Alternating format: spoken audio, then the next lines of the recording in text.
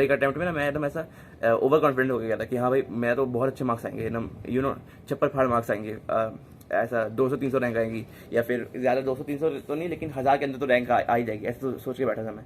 तो फिर अब जहाँ पे मेरा सेंटर पड़ा था वो यहाँ से ऐसा कितना शायद 100 किलोमीटर दूर है यहाँ से, तो बस से जाना था मैं। तो मतलब बस से पहुँचते पहुँचते वहाँ पे रात हो गई थी, और रात पे वहाँ पे ठंडी भी थी, और रास्ते भर में ना हमने ना ही उतना पानी पिया था ना ही उतना खाना खाया था, तो इस वजह से मेरी तबीयत ख़राब हो गई थी। वहाँ पे जाके कोल्ड हो गया था मेरे को, बहुत तेज़ वाला कोल्ड हो गया था। और शायद थोड़ा बहुत मेरा उसका ये पर्सपेक्टिव भी था, ऐसा दिमाग में था कि हाँ भाई तुम्हारा पेपर है, इस वजह से तुमको वो बुखार आना लाजमी है, वैसा वाला वो दिमाग में बैठा हुआ था मेरे। तो इस वजह से मेरे को बुखार आ भी गया था। फिर वहाँ पे ठीक से मैं खा भी नहीं पा रहा था खाना वगैरह, क्योंकि तबीयत ख़राब हो गई थी, तो इस वजह से खाना ठीक से खाने का मन भी नहीं कर रहा था। फिर उसके बाद तभी मम्मी साथ में थी, तो फिर एक अंदर से वो रहता है कि हाँ भाई मम्मी तो साथ में है, तो फिर जो भी वो कुछ भी होगा मम्मी संभाल लेगी, वैसा चीज़ था अंदर से। तो इस वजह से उतना टेंशन था नहीं मेरे को कि बुखार है तो क्या कर लो, क्या होगा।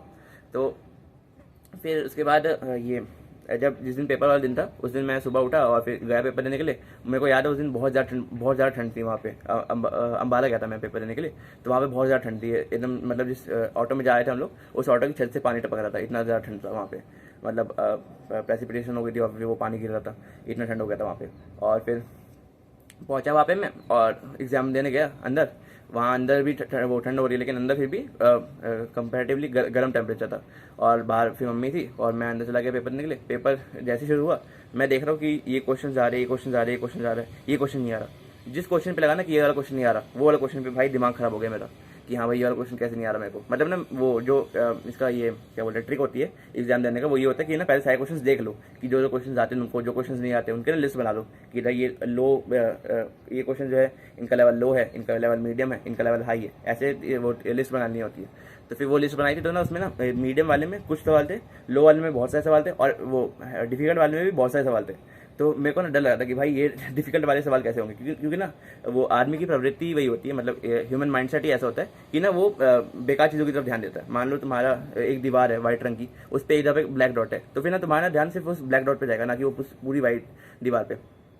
तो मेरा ध्यान भी उस ब्लैक डॉट पे जा रहा था जो वो डिफिकल्ट वाले क्वेश्चन थे जो मैंने लिखे हुए थे। तभी मैंने क्वेश्चन सॉल्व करना स्टार्ट किया, और फिर पेपर लेके बाहर आया तो तब मेरे को समझ आया कि ठीक ठाक पेपर गया, मतलब वो उतना बेकार भी नहीं गया लेकिन काफ़ी अच्छा पेपर गया।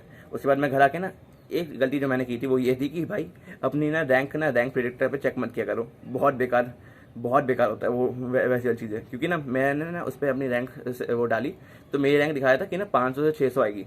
मैं कहा ठीक है भाई 500 से 600।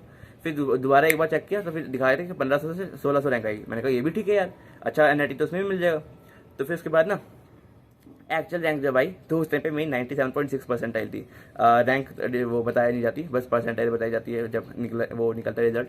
तो उसकी अगर परसेंटाइल वो रैंक में कन्वर्ट करो तो ऑलमोस्ट 35,000 के आसपास तुम्हारी रैंक आएगी, और मेरी उतनी पीछे रैंक पहुंच गई थी, उससे शायद ज़्यादा ऊपर वो पीछे पहुंच गई थी। और फिर इतनी नीचे रैंक जाने पे मेरे को लगा सदमा कि हाँ भाई तुम तो पूरे कॉन्फिडेंट थे, तुमको सब कुछ आता था, ये क्या हो गया। लेकिन तब भी ना उससे पहले मतलब जैसे ही मैंने वो जेई मेंस दिया था वैसे ही मैं एडवांस के लिए पढ़ना स्टार्ट कर दिया था। एडवांस की क्लासेस हो रही थी, मतलब वरुण बैच लॉन्च हुआ था तो उससे पढ़ना मैंने स्टार्ट कर दिया था, और फिर उसी से पढ़ रहा था मैं। और तभी ये पता चला कि हाँ भाई सदमा लगा मेरे को कि ये तुम्हारी रैंक इतनी पीछे चली गई है। तब भी मैंने कहा कि नहीं भाई अभी तो पढ़ते रहो, तुम इतना तो है ना कि एडवांस में तुम्हारा सिलेक्शन हो गया, क्योंकि एडवांस के अंदर ना तुमको 2 लाख के अंदर शायद 2 लाख होती है, हाँ जहाँ तो मुझे याद है 2 लाख के अंदर रैंक चाहिए होती है एडवांस के लिए वो क्वालिफाई करने के लिए। तो वो क्वालिफाई तो मैं कर चुका था, मेरे को इतना पता था कि कुछ कितने भी कम आ जाता मेरे मार्क्स मैं क्वालिफाई कर जाता, मेरे को इतना अपने ऊपर कॉन्फिडेंस था। तो फिर कि हाँ भाई 2 लाख से ऊपर रैंक तो तुम्हारी नहीं जाएगी। उसके बाद क्या बोलते हैं जेई मेंस 2 का अटैम्प्ट आया, उसमें भी ना मैंने शायद लास्ट के 5 दिन में पढ़ना स्टार्ट किया था। मतलब पूरा एडवांस का पढ़ाई कर रहा था, और फिर शायद लास्ट के ये 5 दिन या 6 दिन में मैंने वापस मेंस का पढ़ना स्टार्ट किया था कि हाँ भाई ये मेंस आने वाला है तो पूरा सिलेबस रिवाइज करते हैं। क्योंकि एडवांस का तो ऐसा होता है ना कि हाँ भाई ये टॉपिक पकड़ेंगे फिर इसको कंप्लीट करेंगे, फिर ये टॉपिक पकड़ेंगे इसको कंप्लीट करेंगे। तो वैसा वाली चीज़ वो मेंस के अंदर था, वो सही एडवांस के अंदर था, एडवांस के प्रिपरेशन में। तो उसमें अभी और टाइम था कि बाकी चैप्टर जितने टाइम में कंप्लीट होंगे, तो मैंने इसलिए मेंस वाले पर्सपेक्टिव से पूरा सोचा कि एक बार सिलेबस कंप्लीट करते हैं। तो 5 दिनों के अंदर में से मैंने 3 दिन तो बस केमिस्ट्री को दिए थे, वो भी ऑर्गेनिक केमिस्ट्री को 3 दिन, और बाकी 2 दिन में मैंने फिर ये 1 दिन में मैंने फिजिकल और इनऑर्गेनिक कंप्लीट की, और 1 दिन में मैंने मैथ्स और फिजिक्स कंप्लीट की। और उसके बाद फिर मैं चला गया जेईई मेंस का पेपर देने के लिए। के लिए। और फिर सेकंड अटैम्प्ट दिया, उसमें भी यार एकदम ऐसे खुश हो गया, क्योंकि सेकंड अटैम्प्ट ना मैंने नोएडा के अंदर दिया था। नोएडा के अंदर का मौसम वगैरह अच्छा होता है, तो वहाँ पे ना देने में भी मेरे को अच्छा फील आया था कि मतलब उतना दिक्कत नहीं थी मुझे। मैंने फिर ये सेकंड अटैम्प्ट दिया जेई मेंस का, बाहर निकला वापस मम्मी के सामने, तो फिर ऐसा अंदर से अच्छी फीलिंग आती है कि भाई अब तो मम्मी है सामने, अब तो सब कुछ सही होगा, ऐसा ऐसा फील आता है अंदर से। तो मुझे आई वो फीलिंग, तो मैंने कहा भाई ये वाला पेपर अच्छा गया।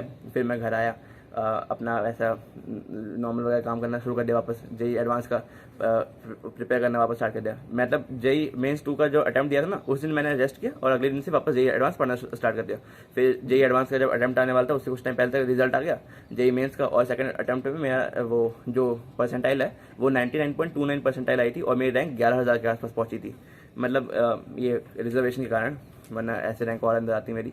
तो इतनी ऊपर रैंक गई तो थोड़ा तब भी बेकार लगा था कि भाई तुमने तो पूरा एकदम अपनी जान लगा दी थी, तब भी तुम्हारी इतनी वो नीचे रैंक गई है, 11,000 रैंक गई है। 11,000 में तो IIT भी नहीं मिलता, IIT भी 10,000 के अंदर ही मिलता है। तो फिर ये थोड़ा न से वो वापस शौक टाइप का लगता है कि हाँ भाई इतनी नीचे, इतना पढ़ने के बाद भी, इतना करने के बाद भी तुम इतने तक ही पहुँच पाए हो, ऐसे फील आता है अंदर से कि तुमने तो अपना पूरा दे दिया, लेकिन तब भी सामने वाला वो क्या बोलते हैं जो सक्सेस है तब भी तुम्हारे पास नहीं आ पा रही। तो लेकिन तब भी मैंने ऐसे कहा कि नहीं भाई, अब जो करना है वो इसी में करना है, वरना कुछ नहीं होगा।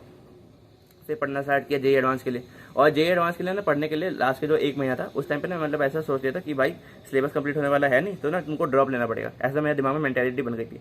लेकिन वो मेंटालिटी टूटी कब, जब ये जो टीचर्स है वर्ण बैच के अंदर, वो है भाई यही बोल रहे थे कि जो होगा इसमें ही होगा, वरना नहीं होगा, ऐसा सोच के चलना है तुमको। ऐसी मेंटालिटी बना लोगे तो फिर तुम्हारा ज़्यादा ईजी हो जाएगा ये सब कुछ करना, तुम ज़्यादा अपने आप को पुश कर पाओगे। तो फिर मैं यही सोच के चलता था कि हाँ भाई जो होगा इसी में होगा, वरना नहीं होगा, ये सोच के चलता था मैं।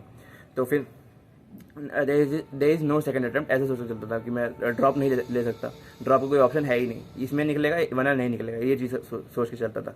तो फिर उसके बाद मैंने पढ़ना स्टार्ट किया, पढ़ते रहा।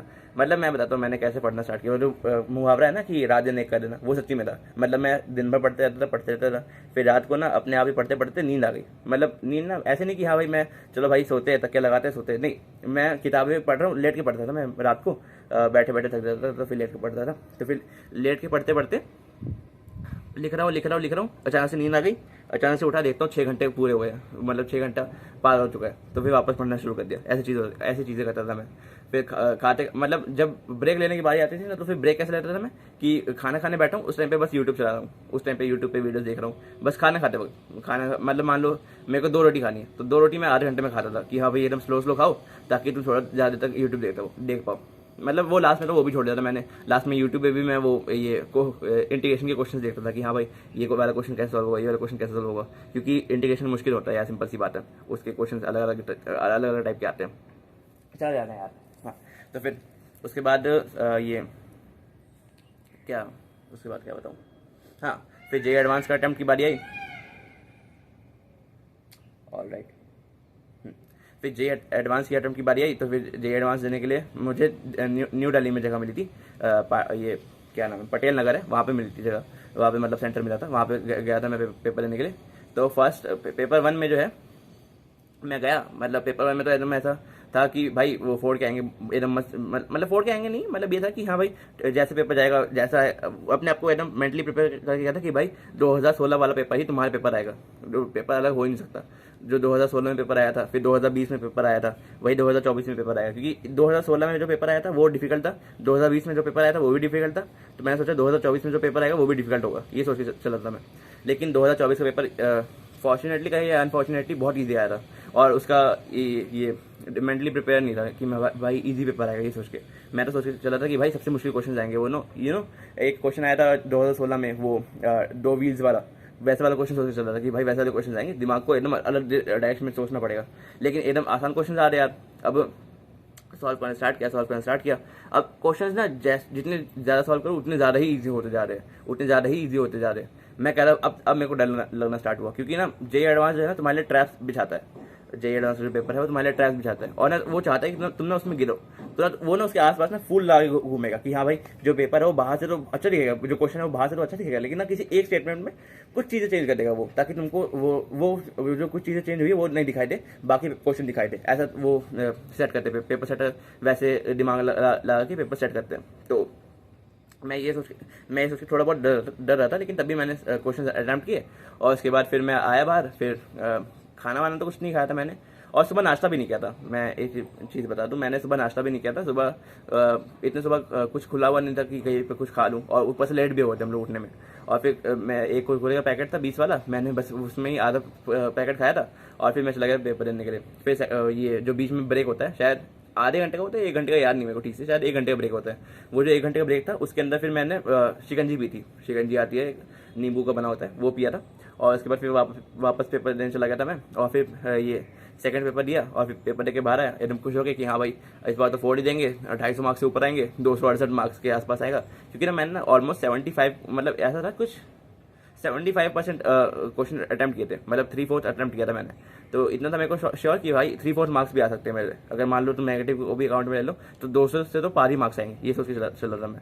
लेकिन मेरे फिर रिजल्ट आया तो पहला 166 मार्क्स आए, और तुम्हारी रैंक जो है वो 5803 आई है, ना कि 1400-1500 जो तुम सोच रहे थे। मैं सोच रहा था कि 1200 के अंदर आ जाए रैंक, या फिर 1300 के अंदर आ जाए, तो IIT पटना के अंदर CSE मिल जाएगी मेरे को। IIT पटना के अंदर CSE लेना काफ़ी बड़ी बात है मेरे लिए, वो भी नहीं मिला मेरे को। तो 5803 रैंक आई, IIT गोवा मिला, उसमें MNC की ब्रांच मिली। बाकी तो बहुत और भी चैलेंजेस आए थे, मतलब JEE एडवांस का रिजल्ट आने के बाद भी चैलेंजेस आए मेरे पास कि लास्ट डे पे तुमको कोई कुछ डॉक्यूमेंट्स अपलोड करने हैं, और वो टाइम जो है वो 5 बजे तक का ही है, और 4:30 बज चुका है। ऐसी वाली चीज़ें हो रखी मेरे साथ, वो किसी और वीडियो में बात करेंगे। और बस मैं इतना कहूँगा कि भाई at the end of the day तुमको अपने ऊपर भरोसा रखना चाहिए, अपने पेरेंट्स से भरोसा रखना चाहिए, जो तुम्हारे गार्जियंस है मेरे के, और जो तुम्हारे मेंटर्स है मेरे दोनों दीदियाँ मेरे मेंटर्स है, उन पे भरोसा रखना चाहिए। मेरे तो वैसे मम्मी भी मेंटर है, उन पे भरोसा रखना चाहिए। और बस इतना मुश्किल नहीं है JEE एडवांस, बस तुमको करते जाना है और लड़ते जाना है, और रुकना नहीं है। तब तक के लिए बाय, नेक्स्ट वीडियो में मिलेंगे।